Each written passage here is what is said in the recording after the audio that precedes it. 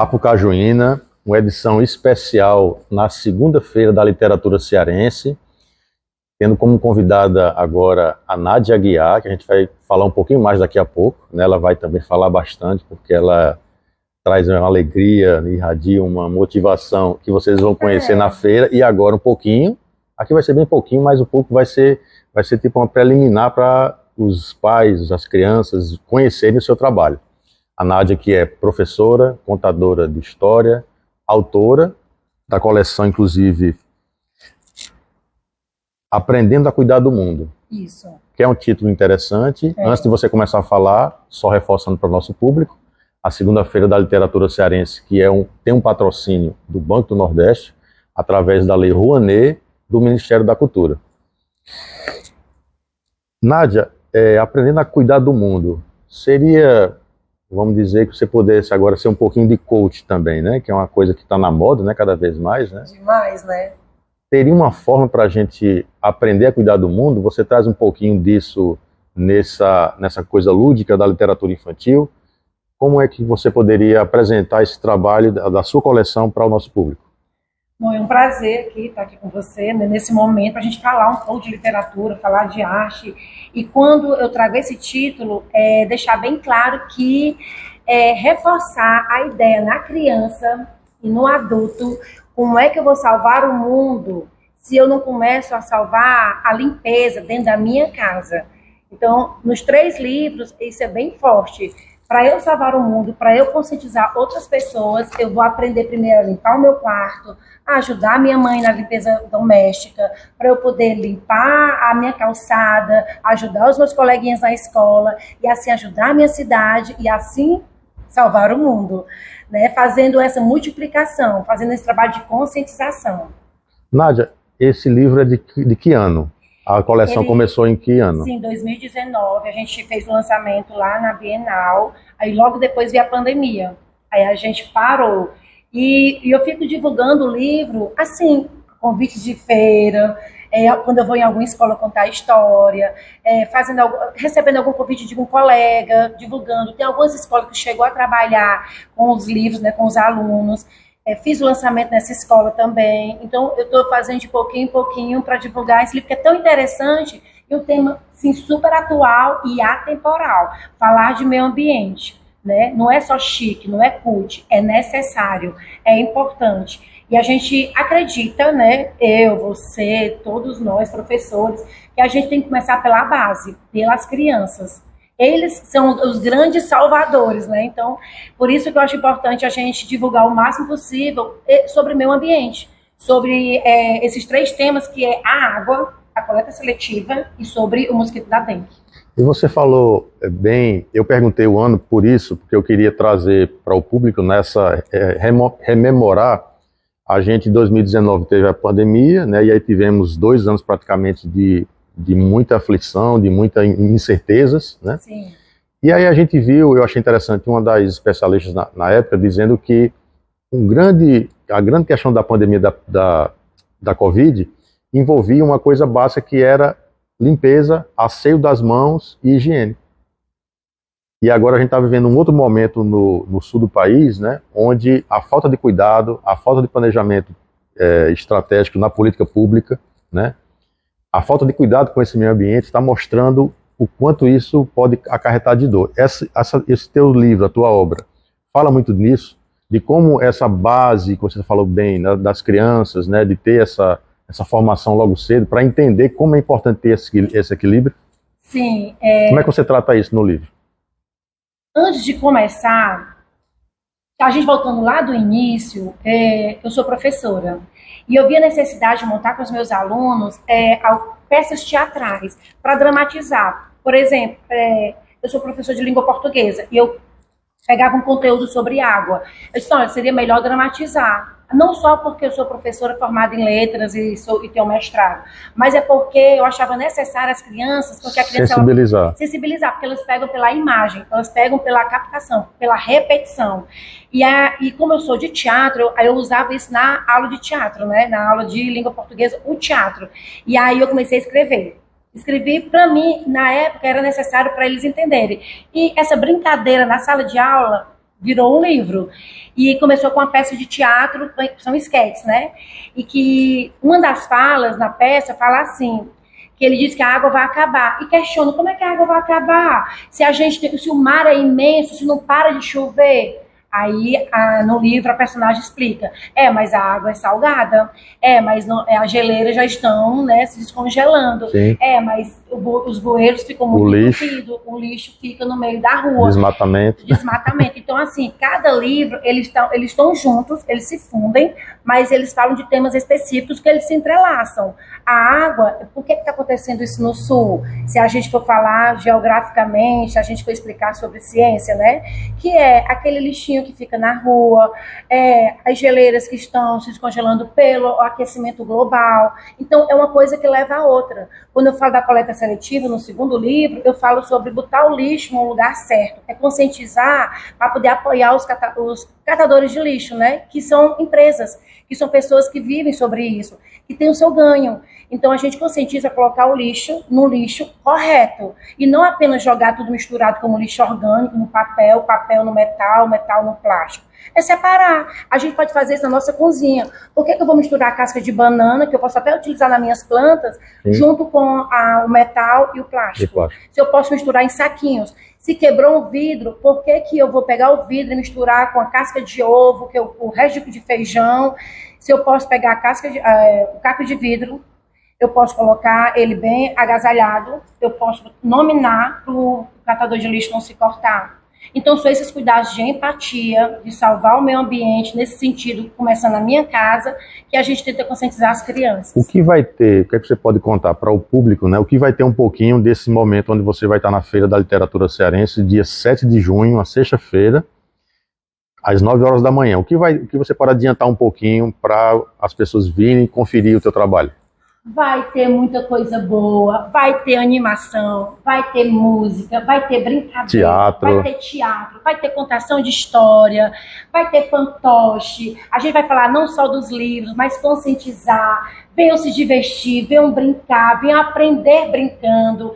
Aqui a gente vai ter um momento aqui na biblioteca, no Centro Cultural BNB, que já tem uma atração por si só. Vai ser legal falar de livros, vai ter teatro, música, dança. Então, assim, não só a gente contar a história pela história, mas a gente contar para conscientizar, a gente contar porque nós adoramos livros, né? Vamos contar para a gente poder voar no mundo da imaginação. E essa feira ela é muito interessante porque ela reforça os pequenos empreendedores, né? Os pequenos escritores, os escritores independentes. Sim. Não tem uma editora, não tem nada por trás, são pessoas que não têm onde lançar seus livros, de ficar conhecido, e a gente recebe o convite e aceita essa chance para poder se tornar conhecido o trabalho. Tudo isso para difundir o nosso trabalho. Eu achei assim um convite fantástico, uma ideia genial. Eu não faltaria essa feira por nada. Nádia, quando começou o teu trabalho como autora, como escritora? Aqui é uma coleção de 2019, mas como foi esse... Eu escrevi o primeiro livro pelo Kaique, em 2008, e o ilustrador foi o Eurico Bivar. Ele não está mais entre nós, ele era um professor de teatro, ele fazia um trabalho cultural com os idosos no SESC, e ele era ilustrador. E esse livro é especial porque ele não me conhecia, e a historinha é A Vassoura Mágica e a Fada Encantada, que fala sobre as palavrinhas de gentileza. Não tem mais exemplares porque a gente distribuiu, né, entre os parentes, os amigos, acabou, mas todas as bibliotecas, que a ideia do pai que é ser fantástica, né? As bibliotecas do Ceará, de todas as escolas, receberam exemplares. E o Eurico Bivar, ele retratou a fada, que ela vira bruxinha, mas uma bruxinha boa, ela retratou igualzinha a mim. Assim, gente, louca, feliz. Gente, ele botou Yupi, ela voando, Eva, como se ele me conhecesse. Desse meu jeito, que eu sei ser. E ele retratou num livro, e eu cheguei a falar, né, por telefone, nossa, Eurico, você precisa me conhecer, porque você desenhou igual. E a gente marcava, e essa vida de adulto, a gente marca, e nunca deu certo. Poxa, que pena, você nunca não conheceu o... Não cheguei a conhecer o Eurico Bivar pessoalmente, depois, né, da ilustração. Eu vi o trabalho dele, mas nunca cheguei a me apresentar e dizer, sou eu. E eu acho que o pai, que a comissão, né, poderia fazer isso. o escritor conhecer o ilustrador. Claro, claro. Né? Porque para manter um relacionamento mesmo. Mas ele morava aqui em Fortaleza na época? Morava aqui em Fortaleza. Se eu não me engano, ali pela Benfica, né? Pela Gentilândia, por ali. E assim, um desenho fantástico. Todos os ilustradores são fantásticos, mas o Euripides Bivar fez a ilustração maravilhosa. E eu já agradeci tantas vezes, que eu sei que ele está entre nós e ele já entendeu. Mas foi meu primeiro livro, esse livrinho. Ah, interessante. Depois, antes da coleção, veio outro? Ou esse foi o primeiro e depois veio para... Veio esse, aí tem esses 3 livrinhos, aí pelos editais, né? A Lei Paulo Gustavo. Lá em Caucaia, eu fiz a Vaquinha Bombar, que é a historinha da vaquinha sobre o poder feminino, que se existe boi bombar, tem que existir a vaquinha bombar. Por que não existe a vaquinha bombar, gente? Tem que ter. E eu falo desse poder feminino, que a mulher pode ser o que ela quiser. Porque todo mundo manga, né? Manga. Zomba, porque ela é assim. E ela tem a dona dela, que defende. E aí essa historinha passa em Tapipoca, porque eu sou de lá. E eu privilegio os mestres da cultura, que para mim os meninos são mestres, que é o Orlando Leal, Sim. que ele é da banda Dona Zefinha. Dona Zefinha. E eu quis colocar os meninos como homenagem para eles na minha cidade e trago um pouco para Caucaia, que é onde eu trabalho, né, que me acolheu há 22 anos. Então eu faço essa historinha passear por essas 2 cidades, que é a cidade dos 3 climas, e depois tem um outro livro pelo pai, que é sobre o bullying, que é quem é o rei da floresta, que é entre o escorpião e o leão. Um quer ser o rei e um maltrata os animais. Aí o leão vem defender os animais e o escorpião se conscientiza. É muito bacana também. Nádia, você falou de tantos temas interessantes e urgentes ao mesmo tempo, né, para a gente que está nesse tempo contemporâneo de tantos desafios, tantas problemáticas, enfim.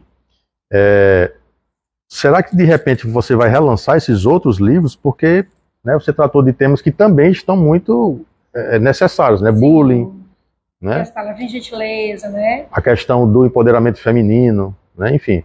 Será que a gente pode mais na frente ter surpresas sobre essa? Podem. Se tiverem patrocínio, né? Se uma tiver, editora, a gente trabalha com alguém quiser. Se quiser patrocinar, se quiser apoiar. Fica o convite, né? Fica o convite, me ajuda aí. Essa do Palavrinha da Gentileza, ela é muito porque bacana. A história da vaquinha é interessante, né? A da vaquinha é em cordel. Acho que é cordel, interessante. Que, né? E vai ser um livrinho pequeno, né? Devido ao custo financeiro, mas podemos lançar mais, né? E está programado para lançar agora, no 2º semestre, em agosto. E é isso. É assim, eu sempre voltar para educacional, por quê? Porque eu tenho filhos, e é onde eu gostaria que meus filhos estudassem, o que eu gostaria que meus filhos aprendessem. Eu trato as crianças como se fossem os meus filhos. A gente vai pelo esse lado educacional. Eu acredito nesse tipo de educação, nesse tipo de ensino, na aprendizagem. Não desisto, nós não estamos desistindo. Eu acho que quem está fazendo a feira são pessoas focadas nisso também, com essa mesma filosofia, sabe? De lutar, porque são pessoas que eu acompanhei desde as primeiras feiras dos meninos, né?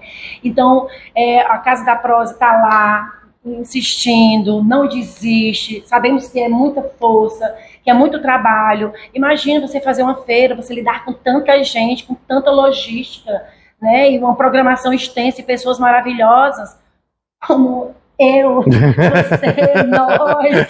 Então, assim, saber articular essas pessoas, qual o tempo dessas pessoas, elas podem vir, elas estarão aqui, vai dar tudo certo. Então, é uma logística muito intensa. Então, parabéns para quem está, né, por trás disso tudo.